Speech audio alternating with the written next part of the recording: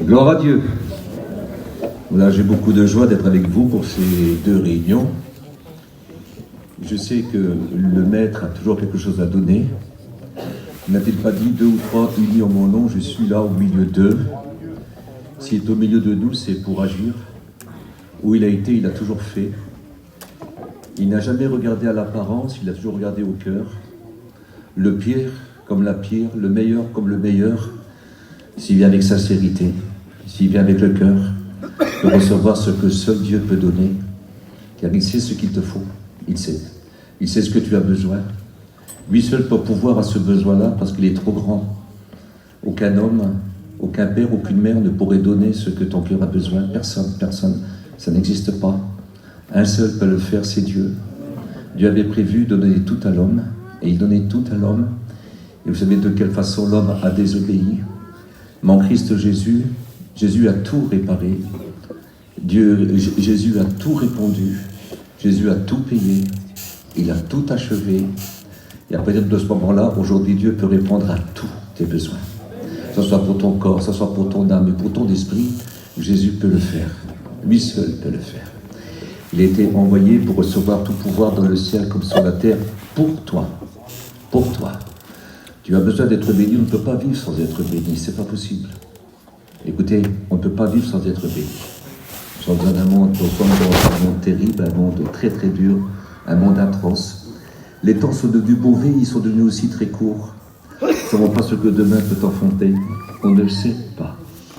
On ne connaît pas tous les projets que les hommes qui nous gouvernent ont à cœur. On ne sait pas ce qui peut se passer de loin, et ni demain. Mais on sait une chose, c'est que Dieu peut nous bénir, que Dieu peut nous garder, que Dieu peut être avec nous. Vous avez besoin de Dieu, j'ai besoin de Dieu, même au bout de toutes ces années de vie chrétienne, j'ai toujours besoin de Dieu. Il est impossible de vivre une journée sans lui. Le monde est trop dangereux, la vie est trop dangereuse. Nous avons un ennemi terrible, plus fort que nous tous, plus fort que tous les hommes de la terre rassemblés, plus fort que tous les hommes sophistiqués qu'il peut y avoir dans le monde. Il n'y a rien qui ne l'effraie, il n'y a rien qui ne le fait peur. Et rien des créations humaines et aucun humain ne peut lui faire peur. Personne ne peut le vaincre. Mais Jésus l'a vaincu. Et Jésus est avec nous.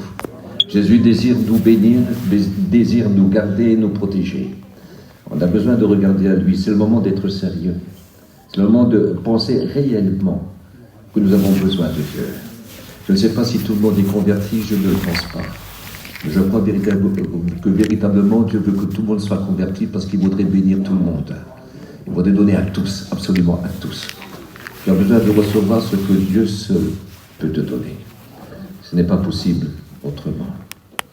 Mes amis, il y a un endroit à Jérusalem, une montagne extraordinaire.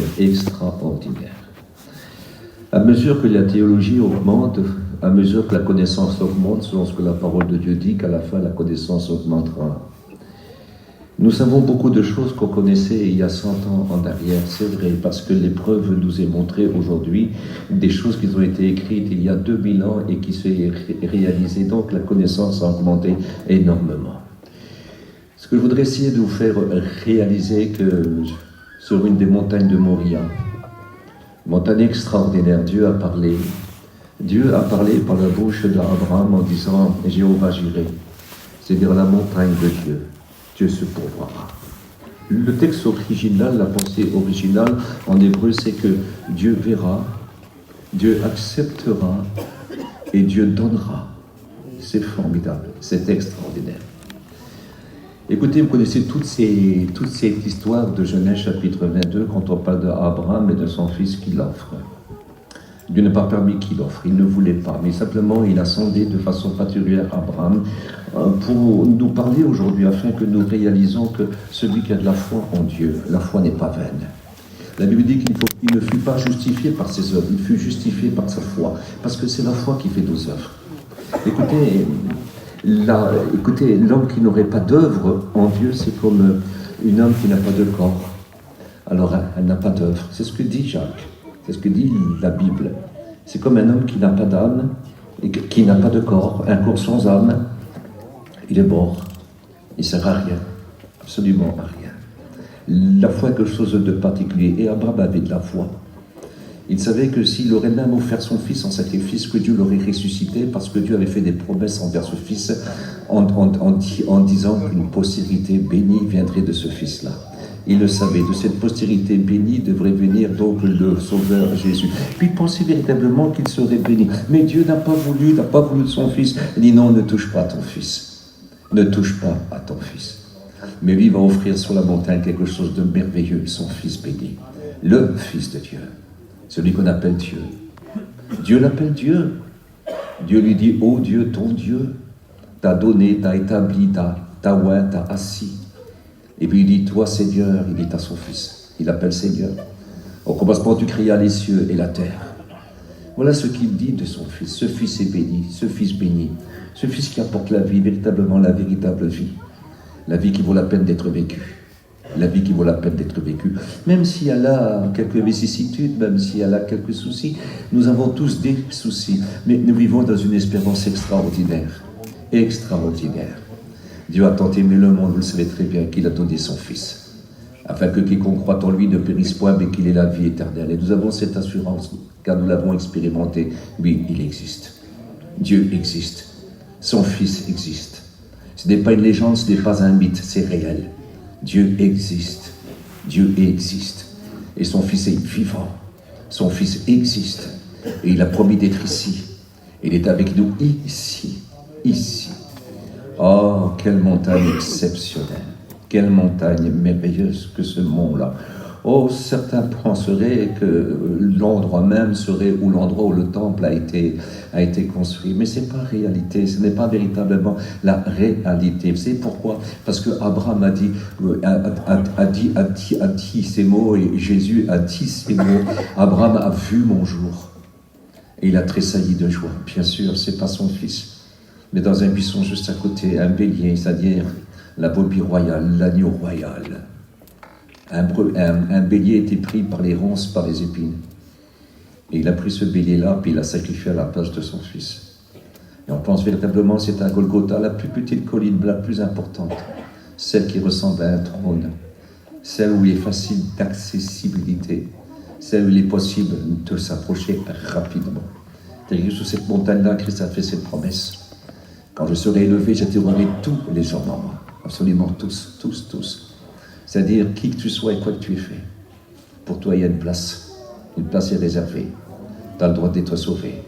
C'est une grande importance, je vous promets, c'est une grande importance. Parce que de ne pas être sauvé, il aurait mieux fallu ne pas naître. C'est mieux. C'est mieux. Écoutez, de ne pas être sauvé, même avoir vécu 100 ans, avec une vie heureuse, avec tous les privilèges qu'on pourrait recevoir, si on est perdu, si on va en enfer pour l'éternité. À quoi que ça sert? 100 ans, c'est tellement court. 36 500 jours. 36 500 nuits. Mais qu'est-ce que c'est court? 36 500 fois 24 heures. Qu'est-ce que c'est petit? Qu'est-ce que c'est court? À côté de l'éternité, vous mettrez 1000 terres. 1000 terres. Écoutez, vous multiplierez les étoiles par milliards, par milliards, par milliards. Il y aura toujours un jour où on les aura comptées. C'est pas moi qui pourrais le faire, mais Dieu pourrait le faire. Mais l'éternité, ça ne s'arrête jamais. Ça ne s'arrête jamais. Jamais, jamais. Une année, c'est 365 jours. 10 ans, c'est 3650 jours. Et 100 ans, c'est 36 500 jours. Mais qu'est-ce que c'est peu? Mais assez pour se perdre. Mais assez pour être sauvé. Assez pour trouver Dieu. Assez pour trouver le Christ. Ce maître exceptionnel qui a donné sa vie pour nous sur ce bois-là. Le bois de la croix sur ce mot-là. Oh, quelle colline extraordinaire. Juste au centre de la terre. Écoutez, c'est le centre, c'est l'endroit le plus au centre de la terre, de toute la terre habitée. C'est l'endroit le plus au centre. Israël, c'est le pays le plus au centre. Jérusalem, la ville la plus au centre. Mais Golgotha, pourtant il y a Moria. Pourtant il y a Sion. Pourtant il y a le mont des Oliviers. Pourtant il y a le mont Scopus. Non, le plus au centre, c'est Golgotha. C'est extraordinaire. Il dit, quand je serai élevé, j'attirerai tous les hommes à moi, c'est-à-dire les 5 continents. J'attire tous les hommes. Dieu veut sauver tous les hommes. Et ce soir, il veut te sauver. Car Dieu a tant aimé le monde qu'il a donné son Fils. Non, c'est vrai, il ne l'a pas envoyé pour juger le monde. Non, il l'a envoyé pour le sauver. Tu as le droit d'être sauvé. Ton prix vaut très cher, tu sais. Tu vaux très très cher. Tu vaux une fortune. Aucun père, aucune mère qui donnerait ta vie pour toi, leur propre vie pour toi, ne pourrait rien faire. Déjà qu'eux-mêmes ne peuvent pas se sauver d'eux-mêmes. Ils ont besoin du Maître Jésus. Quelle importance. Mais voici Dieu a donné son Fils. Ce n'est pas par de l'or, ce n'est pas par de l'argent, non. Ce n'est pas des choses périssables que nous avons été rachetés de la belle manière de vivre héritée de nos parents. Mais c'est par le sang précieux de Jésus-Christ comme d'un agneau sans tache et sans défaut, préparé avant la fondation du monde et manifesté ce soir, si tu veux, pour toi. Il a donné son Fils pour toi, parce que tu en as besoin, parce que lui seul peut te sauver. Tu ne pourras jamais te sauver toi-même. Tu ne peux rien faire, absolument rien faire. Mais tu as été estimé au prix du Fils de Dieu, c'est-à-dire au prix divin. Ta valeur est divine. Je recommence. Pas par de l'or, ni par de l'argent, ni par des choses périssables, ni par toutes les perles de la terre. Non, ce n'est pas avec ça. C'est par le sang précieux, c'est-à-dire de la vie de son Fils. Son Fils a donné sa vie pour toi, afin que tu puisses hériter de la vie que seul lui peut offrir. Seul le Fils de Dieu a le pouvoir de te donner la vie, parce qu'il a dit « Je suis le chemin, je suis la vérité, je suis la vie. Nul ne vient au Père que par moi. » Quelle importance. Ce soir, tu peux rencontrer le Maître Jésus et ta vie peut changer véritablement. Je sais que tu y crois. Je ne pense pas que tu es venu pour m'entendre à moi, parce que tu sais quelque chose de vrai, quelque chose de grand, quelque chose qui t'attire. Et cette chose-là, c'est l'amour de Dieu. Nul ne vient au Père que par moi. Et puis il dira une chose extraordinaire. Nul ne peut venir à moi si ce n'est le Père qui l'attire. Et la Bible dit c'est l'amour de Dieu qui nous pousse à la repentance. Et la repentance, on peut l'apporter qu'au pied du Christ, qu'au pied de la croix. Parce que, écoutez, c'est par la repentance qu'on peut octroyer le pardon. Par la foi, on vient en Christ. Et on a une repentance sincère.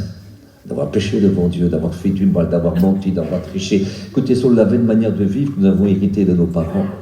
On parle beaucoup à ce moment du Hamas ou de Hezbollah, de toutes ces choses qu'on entend, de ces assassins tout-puissants. On ne peut pas dire le contraire, mais imaginez un petit peu si nos parents seraient des gens comme ça. Et si on vivrait à Gaza ou dans certains pays, on serait peut-être comme ça, nous. D'accord ? Car ce n'est pas par de l'or ni de l'argent, ni par des choses périssables, nous avons été rachetés de la même manière de vivre, héritée de nos parents. Première épître de Pierre, chapitre 1, verset 19 à 20. C'est marqué, c'est une réalité. C'est ce que la Bible dit. Et nous voyons véritablement. Nous sommes tous pécheurs, on a appris d'autres musiques, on a appris d'autres langues, on a appris d'autres façons de faire certaines choses, d'autres ruses, nos mensonges ou nos vols. On a appris beaucoup de choses. Pareil, on a eu des maîtres et des multitudes de maîtres. On a appris à boire, on a appris à fumer, on a appris à se droguer, on a appris à être injuste, on a appris à être jaloux, on a appris à être orgueilleux. C'est vrai, c'est vrai, c'est vrai, c'est vrai. Parce qu'on était sans Dieu, et puis eux aussi. Mais seulement nous avons rencontré le Maître Jésus. Et il change nos vies. Je vais te dire une chose, tu n'es incapable de faire quoi que ce soit de bien pour Dieu. Tu n'en es pas capable. Et moi non plus. Malgré toutes ces années passées avec lui, je suis incapable de faire quelque chose de bien pour lui. Je fais ce qu'il me dit de faire parce qu'il donne ce qu'il ordonne. Il faudrait que tu retiens ça. Il donne ce qu'il ordonne. C'est pas grâce que nous sommes sauvés. C'est pas grâce que nous sommes chrétiens. Et c'est pas grâce que nous restons fidèles. Je recommence, c'est pas grâce, parce qu'il nous aime. On est incapable. Il dira sans moi, vous ne pouvez rien faire. Mais si mes paroles demeurent en vous et que je demeure en vous, alors vous porterez beaucoup de fruits. Jésus dira, mon Père est le vigneron, et moi je suis le pied de la vigne. Je suis le cep. Il dit, tout serment qui est en moi, parce que le serment, on ne le greffe pas, hein. Le serment sort. Quand Christ est en nous, en tout change, absolument tout. Ça, ce n'est pas une religion, c'est Dieu avec nous. C'est une nouvelle vie. On l'appelle une nouvelle naissance. C'est une naissance pour Dieu. C'est une naissance pour vivre une vie de Dieu. Je suis un tas de poussière, mais les paroles que je vous annonce ce soir, ce sont des paroles divines. Parce qu'elles sortent de la Bible, ce sont les paroles du Christ, ce sont les paroles de Dieu. C'est poussé par l'Esprit Saint que ces choses ont été écrites. Ce que je dis, ce sont des paroles divines. accompagné de Dieu. Je ne suis pas Dieu, mais ce que je dis, écoutez, ce sont des paroles de Dieu. Comme si que Dieu vous parle, comme si que Dieu vous appelle. Parce que Dieu désire te sauver, comme il a le désir de te ramener. De te ramener. Écoutez, sans Dieu, on ne peut absolument rien faire, mais absolument rien faire. Ce n'est pas possible. On ne peut absolument rien faire, mais si on est en lui, alors on devient fort. Cela est écrit, je peux tout. Je peux tout par celui qui me fortifie. Qu'est-ce que c'est que je peux tout? Je peux tout ce qu'il me fait dire. Je fais tout ce qu'il me donne à faire. Parce que c'est lui qui le fait en moi. C'est lui qui le fait avec nous. C'est lui qui le fait pour nous. On est avec lui. Si nous sommes d'accord, nous sommes instruments. C'est donc écrit que le chrétien est la lumière, le sel est témoin. Nous sommes lumière du monde, véritablement lumière du monde. Jésus dit, je suis la lumière du monde, mais nous avons sur nous le reflet du Christ. Nous sommes la lumière du Christ, ayant les sentiments et l'odeur du Christ. Nous avançons chaque jour. Et puis nous parlons à notre prochain, nous parlons à tous, nous disons que Dieu est vivant. Et puis il fait des choses extraordinaires, et je vous promets, nous avons entendu quelques témoignages, mais j'en connais plein, des choses merveilleuses qu'il fait. Combien de pères sont rentrés alors que la femme et les enfants tremblaient de peur, parce que c'était des gens qui buvaient, qui étaient durs et qui n'étaient pas bons du tout. Écoutez, ils étaient liés par ce qu'ils faisaient. Et puis un jour ils ont rentré, et puis c'était plus pareil. Les enfants n'ont plus besoin d'avoir peur, parce que les pères les appellent, disant, n'ayez plus peur de votre père. Votre père a rencontré Jésus, et votre vie a changé. Des femmes qui tremblaient, qui passaient des nuits dehors, obligées dehors. Des femmes qui prenaient des coups. Le mari de venir faire sa femme, la prendre dans ses bras en disant, tu n'auras plus jamais peur. Tu ne dormiras plus jamais dehors. Tu n'auras plus jamais de coups, car ton mari a rencontré Jésus. Parce qu'il change véritablement les vies, ce que personne n'a pu faire. Ce que les familles de la femme, ou les parents, ou n'importe qui, ses propres parents, ou ses frères, ses sœurs, ou même ses pires ennemis, s'ils n'ont pas su faire, ce qu'ils n'ont pas pu faire, Jésus l'a fait sur un claquement de doigts. Il change la vie véritablement. Il change la vie véritablement. Est-ce qu'un noir pourrait changer sa peau? Non. Mais Jésus peut changer ta vie. Il peut absolument tout faire. Ta vie peut changer. Ce n'est pas une question de religion. Je ne sais pas si vous faites attention, je parle d'aucun homme ici. Je ne parle pas d'un pasteur ou d'un curé ou d'un imam ou d'un rabbin. Non, jamais. Je parle de Jésus-Christ, le Fils de Dieu. Et ça change tout. Il est vivant, il est avec toi. Tu n'as pas besoin de le chercher. Quand on va dans une église, c'est pour se rassembler entre frères et sœurs, pour chanter, louer, puis écouter l'instruction de la parole de Dieu. Mais quand on est sorti, écoutez, je m'excuse, il n'y a plus rien ici. Mais où tu es, Jésus est avec toi. Le Maître est avec toi. Et cette parole t'accompagne. C'est une parole vivante, je vous promets. Elle est vivante. Elle ne te laissera pas tranquille. Pourquoi? Parce qu'elle t'aime. Parce que cette parole t'aime. Christ est mort d'amour pour nous. Parce qu'il nous aimait. Et écrit que Christ, c'est la parole de Dieu. C'est l'évangile, la bonne nouvelle. Une bonne nouvelle, enfin. Quelque chose de durable, quelque chose de palpable, quelque chose, écoutez, qui change véritablement toutes choses. Qui fait de toi un être nouveau. Selon qu'il est écrit que ceux qui sont en Christ sont des nouvelles créatures. Les choses anciennes sont passées, voici toutes choses sont devenues nouvelles. Chaque jour, tu pourras compter. Moi, quand je me lève le matin, la première des choses, je me mets devant lui, je lui rappelle ce que j'étais. Je dis, j'étais ça. Mais je t'ai rencontré et puis tu as changé ma vie. Seigneur, si tu me laisses aujourd'hui, je ne pourrai rien faire de bon. Tu sais ce que je suis ce que je suis par grâce, je suis ce que je suis à cause de toi. Et si maintenant je vis pour toi, je vis pour celui qui m'a aimé et qui s'est livré pour moi. Alors je lui demande, Seigneur, permets qu'aujourd'hui, je puisse faire ta volonté. C'est de cette façon-là qu'il nous a appris à prier.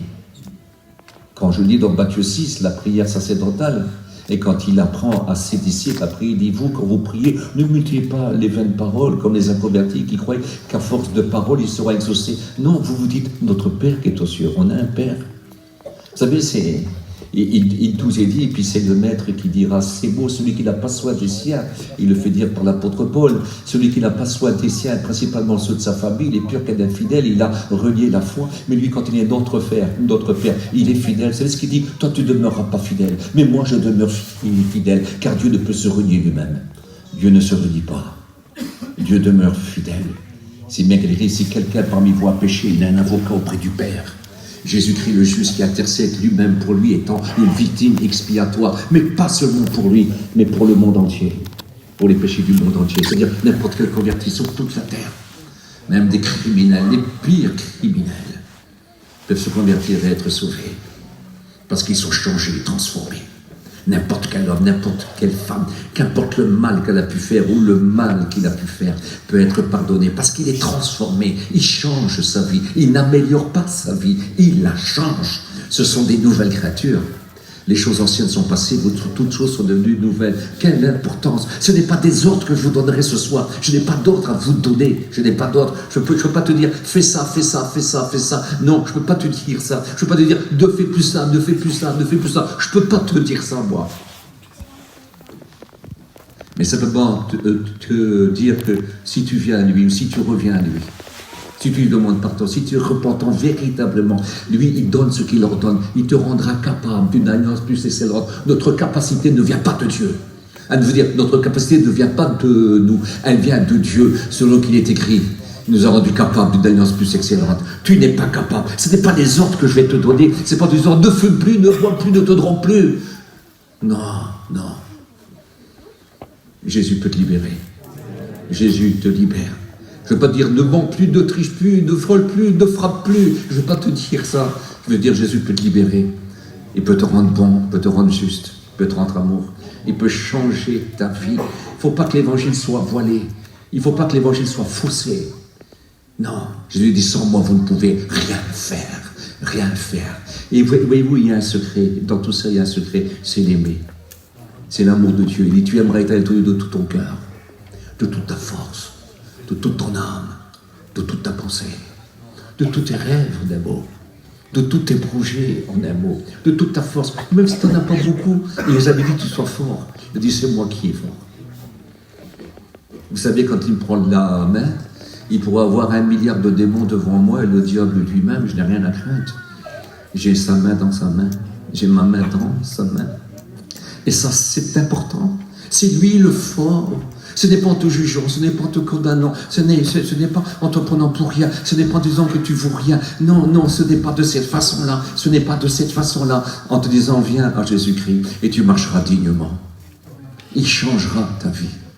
Tu n'es pas capable, tu ne seras jamais capable. La gloire revient qu'à Dieu. Et ce n'est que grâce, ce n'est que grâce, ce n'est que grâce, ce n'est que grâce. C'est pas grâce. Grâce est une faveur imméritée. On donne une faveur imméritée aux incapables. On donne une faveur imméritée à la nature pécheresse, à la nature humaine, à la nature charnelle. Mais il donne une faveur imméritée.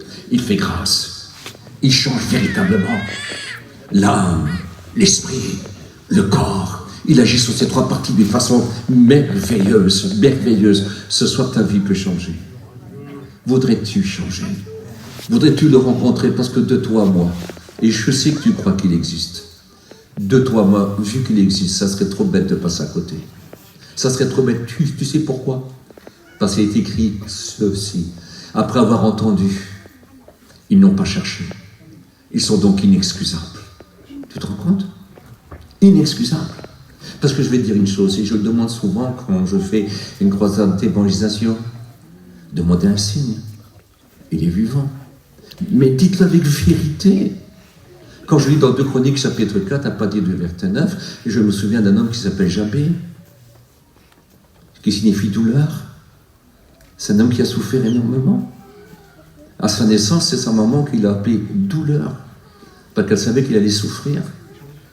Il était peut-être infirme, je n'en sais rien, mais il avait quelque chose qui n'allait pas du tout.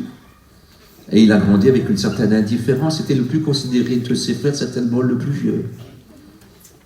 Mais il était limité, très très limité. Et puis, au bout d'un certain temps, mais c'est un homme, vu que c'est le plus considéré de tous, il va faire une prière et dire, si tu me bénis, Il dit Dieu, si tu me bénis, c'est-à-dire que tu me souhaites du bien, parce que bénir, c'est souhaiter du bien. C'est pour ça qu'il est écrit que nous, les chrétiens, on ne doit pas maudire, on doit bénir. Maudire, c'est souhaiter du mal, mais bénir, c'est souhaiter du bien. Et on doit bénir nos ennemis. Hein? On doit souhaiter du bien à tout le monde, à tout le monde, à tout le monde. Et voyez-vous, il dit, si tu me bénis, si tu me souhaites du bien, il sait que tu es capable de souhaiter du bien, parce que ce que sa bouche déclare, son bras l'accomplit. Mais il dit si, il fait une promesse. Il dit si tu étends mes limites, vous voyez que ces limites sont petites. Il s'appelle douleur, c'est pas pour rien. Petite douleur, faible. Un homme peut-être du mal à se pouvoir. Quand tu étais infirme à cette époque-là, on ne pouvait même pas amener son sacrifice. Fait que ça, c'est un autre qui l'envoie pour toi. Quelqu'un de la famille. Je ne sais pas si tu réalises, on ne pouvait pas. Il était limité. Si tu me donnes tes limites, Seigneur, si tu enlèves ma souffrance, vous ne vous rendez pas compte comme cet homme-là était malheureux, comment son nom douleur est. Si tu enlèves ma souffrance, Seigneur, afin que je ne souffre plus. Et tu as besoin peut-être d'un bon coup de main de Dieu, toi, ce soir, non? Si Dieu pourrait enlever tes limites, s'il te bénirait, s'il enleverait ta souffrance afin que tu ne souffres plus, pourquoi tu ne lui demandes pas? Pourquoi tu ne lui demandes pas? Il n'a pas fini sa prière. La prière, elle dure 4 secondes, 5 secondes. Et l'Éternel lui donna ce qu'il lui demanda. Et l'Éternel exauça sa prière. Mais demandez un signe.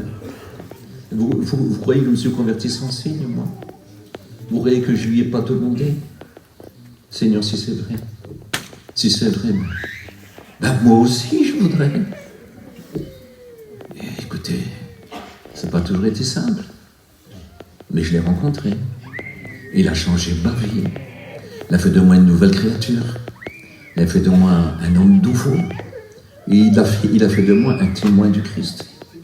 Je suis un témoin de celui que j'annonce. Je suis un prédicateur de l'Évangile. Et j'en suis fier, écoutez, d'une façon particulière. Vous savez ce que quelqu'un m'a dit une fois? Toi, tu es un bon à rien. Tu es juste bon à prêcher. Eh bien, j'en ai assez. Ça me suffit. Ça me suffit. Croyez-moi, j'en ai vraiment assez. Avec ça, ça me suffit. Et tant qu'il me laisse un petit peu de force dans mon corps, parce que je dois l'aimer de toutes mes forces. De toute façon, de la force, je n'en ai pas besoin. Tout simplement des bonnes dispositions, la sincérité, le vouloir, le désirer. Alors Dieu produira toujours en moi le vouloir et le faire. Et même s'il me resterait que 2 grammes de petite force, mais ça n'a aucune importance. Si Dieu est avec moi, il a dit c'est dans la faiblesse que je me glorifierai. Tu n'as pas besoin d'être fort, tu n'as pas besoin d'être un avocat, tu n'as pas besoin d'être pour être un témoin. Est-ce que vous savez que ce soit femme ou homme, vous êtes tous témoins de Jésus-Christ? Vous êtes lumière du monde. Mais c'est vous qui remplissez les salles. C'est vous qui appelez vos familles, écoutez, qui appelez vos amis qui témoignent aux commissions, en Chine ou n'importe quoi. C'est vous. C'est vous. Par votre gentillesse, par votre douceur, par votre témoignage, par votre sourire, en ne rendant pas le mal pour le mal. C'est vous. Il vous rend capable d'être témoin de Jésus-Christ parce qu'il met dans votre cœur ses sentiments. Il met sa bonne odeur. Vous devenez agréable. Quelle importance. Il met lui-même les paroles dans votre bouche parce que ce sont des paroles divines. Écoutez, Jésus s'appelle Dieu. Et quand je dis à quelqu'un, Dieu a tant aimé le monde, qu'il a donné son Fils unique, afin que quiconque croit en lui ne périsse point, mais qu'il ait la vie éternelle. Et écoutez, je m'excuse, ce sont les paroles de Dieu, ce sont les paroles du Christ, qui rend témoignage de son Père. Son Père a envoyé son Fils, parce que Dieu n'a pas envoyé son Fils dans le monde pour qu'il juge le monde, mais pour que le monde soit sauvé par lui. Tu as le droit d'être sauvé ce soir. Ne reste pas perdu. Laisse le droit à Jésus de fermer ton enfer, de fermer ton enfer. Laisse-lui ce droit. Écoutez, le châtiment qui nous donne la paix, il est tombé sur lui. Il a détruit ton enfer. Parce que le châtiment, écoutez, c'est l'enfer. Il est venu afin que personne ne périsse, mais que tous soient sauvés. Ce sont des paroles divines. C'est comme si que le Christ te dirait à toi, viens à moi. N'a-t-il pas dit, viens à moi, vous tous, venez à moi, vous tous qui êtes fatigués et chargés. Je vous donnerai du repos. Recevez mes instructions et prenez mon joug, car mon joug est doux et léger, mon fardeau est léger, et vous trouverez du repos pour vos âmes.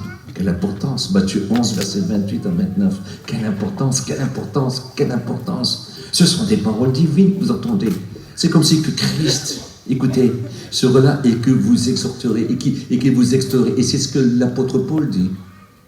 Il dit, c'est Christ qui vous exhorte en travers moi. Quelle importance, quelle importance. Christ vous appelle ce soir. Parce que, écoutez, Dieu a envoyé son Fils pour vous appeler, afin de vous réconcilier avec Dieu. Désirez-vous être réconcilié avec Dieu? C'est une chose importante. Écoutez, si je crois que vous ne croirez pas, vous ne m'écouterez même pas, vous serez déjà perdu. Mais vous savez que c'est vrai. Parce que tout ce que je dis, ça vient de lui. Ça vient de lui. Ce sont les paroles de la Bible. Oui, Dieu vous aime. Oui, Dieu vous aime. Véritablement, Dieu vous aime. Des multitudes l'ont rencontré. Mais des multitudes de toutes sortes de gens. Écoutez, des gens incapables, des gens pécheurs, des gens durs et violents. Oh, j'aurais voulu être à la place, enfin, pas à la place de Barabbas, mais j'aurais voulu, écoutez, ressentir ce qu'il a ressenti quand le Christ était à côté de lui.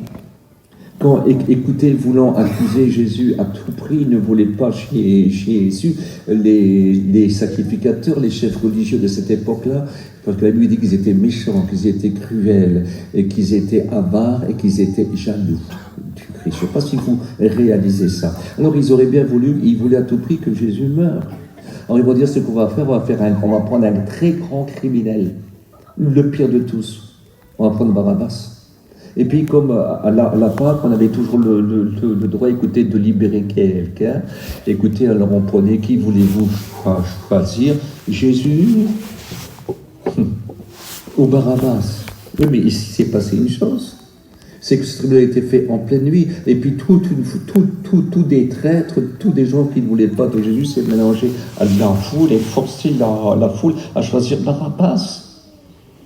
Puis, ils ont choisi Barabbas. Le pire des pires. On a du mal à comprendre ça. Aujourd'hui, on rencontre encore de ces gens-là, parce que tout le monde ne sera pas sauvé. J'espère que tout le monde ici sera sauvé. Mais sur la terre, il n'y en aura pas beaucoup qui seront sauvés. C'est un petit troupeau, un tout petit troupeau. Il dit que la porte qui mène au ciel, elle est étroite. Et le chemin qui mène au ciel est étroit et resserré. Et qu'il y en a très peu qui le trouvent. Très peu. Mais l'arche est la porte. Et spacieux est le chemin qui mène à la perdition, et beaucoup y entrent.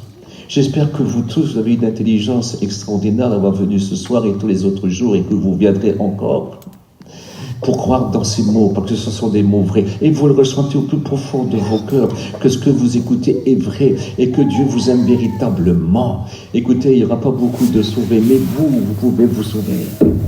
Acceptez le Maître Jésus, je vous en supplie. Ne venez pas pour passer une soirée. Ici, on ne se passe pas le temps. Ici, on est confronté à la grâce. On est confronté à l'amour de Dieu. Mais il faut un choix véritable. Acceptez Jésus. Je vous en supplie. Acceptez Jésus. Le grand apôtre Paul le faisait en pleurant. Et je vous en supplie, au nom de Jésus-Christ, c'est-à-dire par Jésus-Christ, soyez réconciliés avec Dieu. Voulez-vous vous réconcilier avec Dieu? Ou vous réconcilier avec Dieu? Vous avez besoin de Dieu. Ne croyez pas que vous pouvez diriger votre vie. La vie, ça passe vite. Je vous promets, la vie, ça passe vite. Ça passe tellement vite. Il suffit qu'on ait un deuil chez nous pour dire qu'est-ce que ça passe vite. Mais qu'est-ce que ça passe vite? Déjà. Je vous prie au nom de Jésus-Christ, réconciliez-vous avec Dieu avant qu'il ne soit trop tard. J'ai envie de prier. Voulez-vous que nous prions ensemble? Tu es un Dieu vivant et vrai. Tu es un Dieu merveilleux. Seigneur, tu n'as pas hésité à donner ton Fils. Le merveilleux. Le merveilleux. Nous savons que ton Fils est ici présent. et qu'il appelle les pécheurs, qu'il appelle les pécheresses, qu'il appelle les rétrogrades. Si tu lèves ta main pour le remettre dans ta poche, ça ne sert à rien du tout. Mais le maître a dit, mon fils, ma fille, donne-moi ton cœur et que tes yeux se plaisent dans mes voies. Mon fils, ma fille, Dieu t'aime. Il voudrait tellement que tu lui donnes ton cœur. Je ne suis pas venu pour vous épater non plus. Non. Je suis venu pour une seule chose. J'aimerais tant, je ressens l'amour de mon Dieu qui me presse le cœur. Dieu vous aime et veut vous sauver. Dieu désire. Vous savez que Jésus a vu une fois une grande foule, alors une foule immense. Et puis la Bible dit qu'il fut ému de compassion. Ça veut dire quoi ça? Quand nous regardons dans la version originale, c'est qu'il pleure. Quand il était ému de compassion, il pleurait. Il pleurait. Les larmes coulaient. Mais il pleurait fort. On les entendait. Et quand il s'est mis à pleurer, il disait, mais ils sont comme une foule qui n'ont pas de berger. Il dit, je suis venu afin que les brebis égarées aient un berger. Et il pleurait. Il a fait une autre fois, parce qu'il a fait 5 fois en tout. Et il a fait une autre fois pour un pauvre aveugle, pour un pauvre lépreux. Et puis le lépreux est venu se jeter, mais le lépreux n'avait pas le droit de s'approcher de la foule, il n'avait pas le droit de s'approcher de quelqu'un, parce qu'on lui jetait des pierres. Il fallait que de très très loin, il met une clochette, et qui crie impur, impur. Les gens savaient qu'il avait faim, savaient qu'il fallait un vêtement, qu'il fallait quelque chose à boire, une couverture. Et les gens le posaient dans un coin, il allait chercher, mais il savait que s'il allait à Jésus, sa vie allait changer. Et il s'est jeté à Jésus, à ses pieds comme ça. Il a dit, Seigneur, si tu le veux, tu peux me rendre pur. La lèpre a quelque chose de particulier, vous savez. La lèpre, c'est comme le péché. Elle vous mange tout doucement, tout doucement, tout doucement. Et des choses de valeur disparaissent de votre visage et de votre corps. Vous devenez mutilé et des tas de choses, et pour une mort certaine. Alors, vous savez, ça vient tout doucement. C'est comme le péché, tout doucement, tout doucement. Il vous mange l'âme, l'esprit, le corps. Et il vous détruit aussi, de façon particulière. Et il vous met dans un endroit où on n'y revient jamais, dans un endroit de douleur pour l'éternité.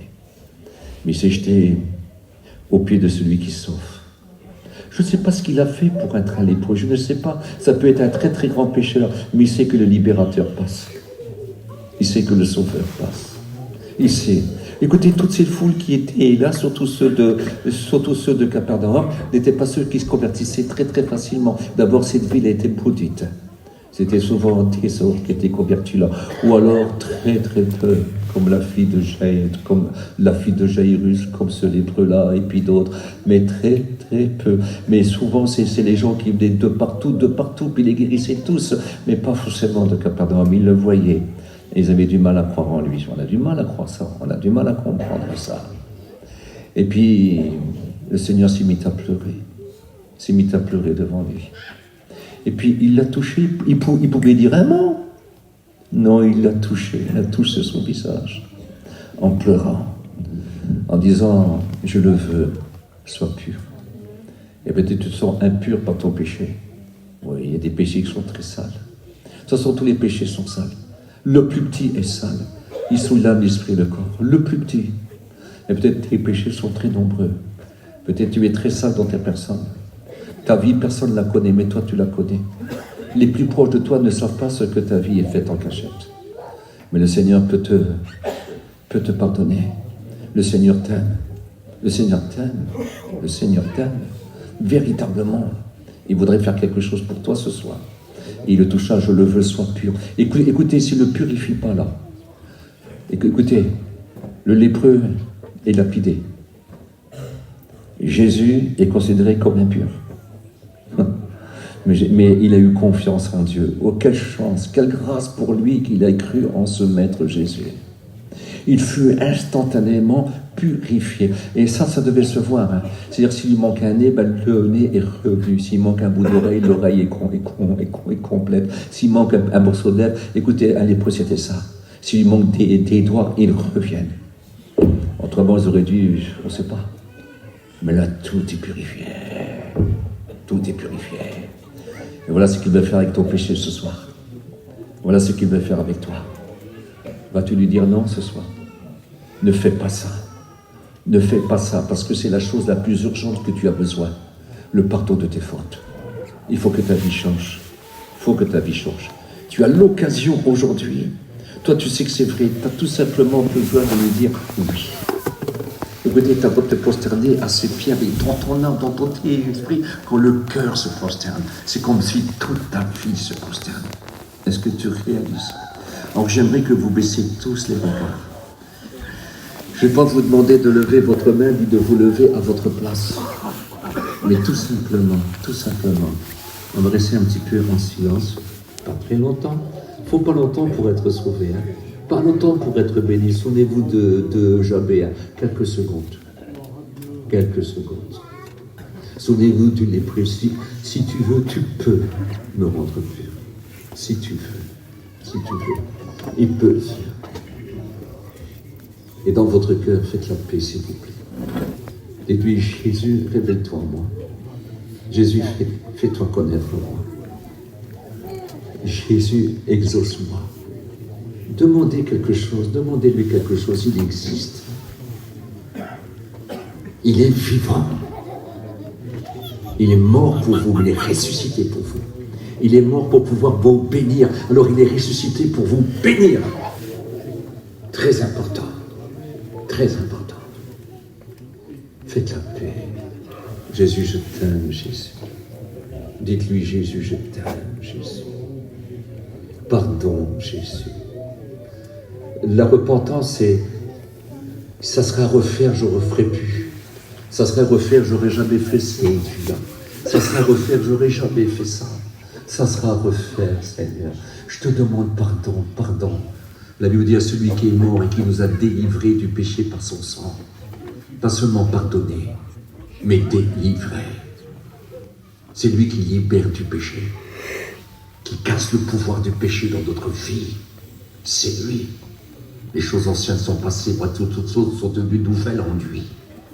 Ta vie peut changer. Il ne te donne pas d'ordre ce soir. Il a dit, viens à moi, laisse-moi faire. Et je change tout. Et il est écrit dans Philippiens 6, verset 17. Nous sommes l'ouvrage de Dieu, créé en Jésus-Christ, pour accomplir des œuvres bonnes qu'il a lui-même préparées d'avance, afin que nous les accomplissions. Ça, c'est l'évangile. Faites la paix. Je compte jusqu'à 10.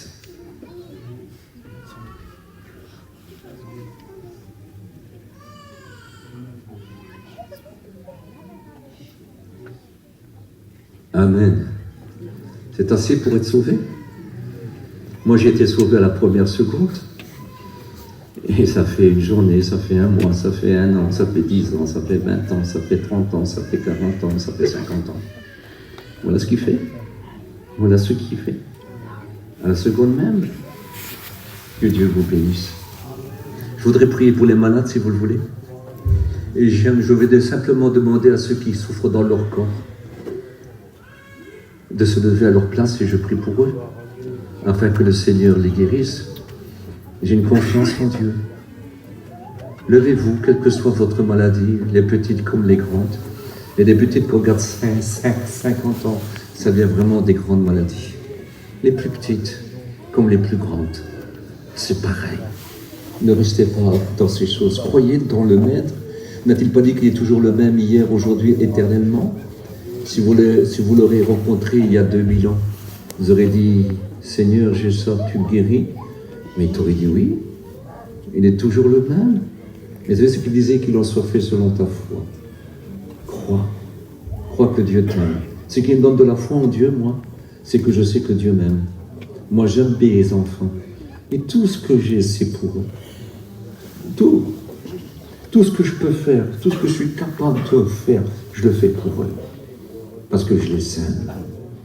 Et Dieu vous aime plus que n'importe qui vous estimez au prix divin. Il a payé le grand prix. Le grand prix. Je prie pour vous. Merci Seigneur.